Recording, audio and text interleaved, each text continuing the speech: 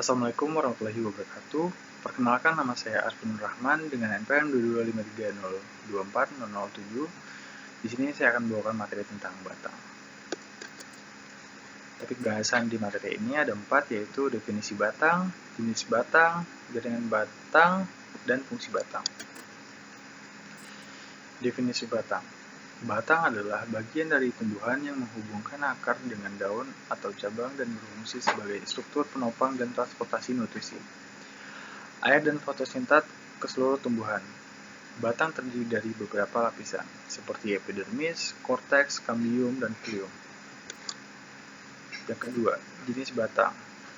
Jenis batang yang pertama yaitu batang berkayu atau stem kayu. Batang ini terdiri dari jaringan pembuluh kayu dan pembuluh tapis yang membentuk lingkaran tahun pada bagian dalamnya. Contohnya adalah pohon oak, maple, dan cemara. Yang kedua, batang herbaceous atau batang herbasi.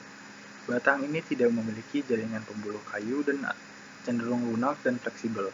Contohnya adalah tumbuhan bunga seperti dandelion dan bunga matahari. Yang ketiga, batang sukulen atau batang berair. Batang jenis ini mengandung banyak air dan berfungsi untuk menyimpan cadangan air dalam kondisi lingkungan yang kering. Contohnya adalah kaktus dan tanaman hias jenis sukulen.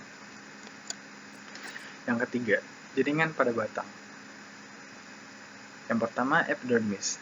Epidermis adalah jaringan luar batang yang terdiri dari sel-sel tipis yang membungkus batang dan berfungsi sebagai pelindung. Yang kedua, korteks. Jaringan yang berada di antara epidermis dan jaringan pembuluh. Terdiri dari sel-sel parenkim yang berfungsi sebagai tempat penyimpanan cadangan makanan dan air. Yang ketiga, kambium. Jaringan pembuluh yang membagi batang menjadi dua bagian, yaitu xilem dan floem. Xilem adalah jaringan pembuluh kayu yang membawa air dan mineral dari akar ke daun serta memberikan dukungan struktural pada batang. Floem. Floem adalah jaringan pembuluh tapis yang membawa hasil fotosintesis dari daun ke bagian lain tumbuhan.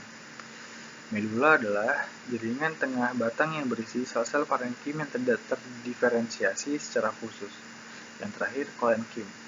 Kolenkim adalah jaringan penopang yang terdiri dari sel-sel kolagen yang memberikan kekuatan pada batang. Materi yang terakhir yaitu fungsi batang. Fungsi batang itu untuk mendukung tumbuhan. Batang berfungsi sebagai struktur penopang dan memberikan dukungan pada bagian-bagian lain tumbuhan seperti daun dan cabang. Fungsi yang kedua, transportasi air mineral dan hasil fotosintesis.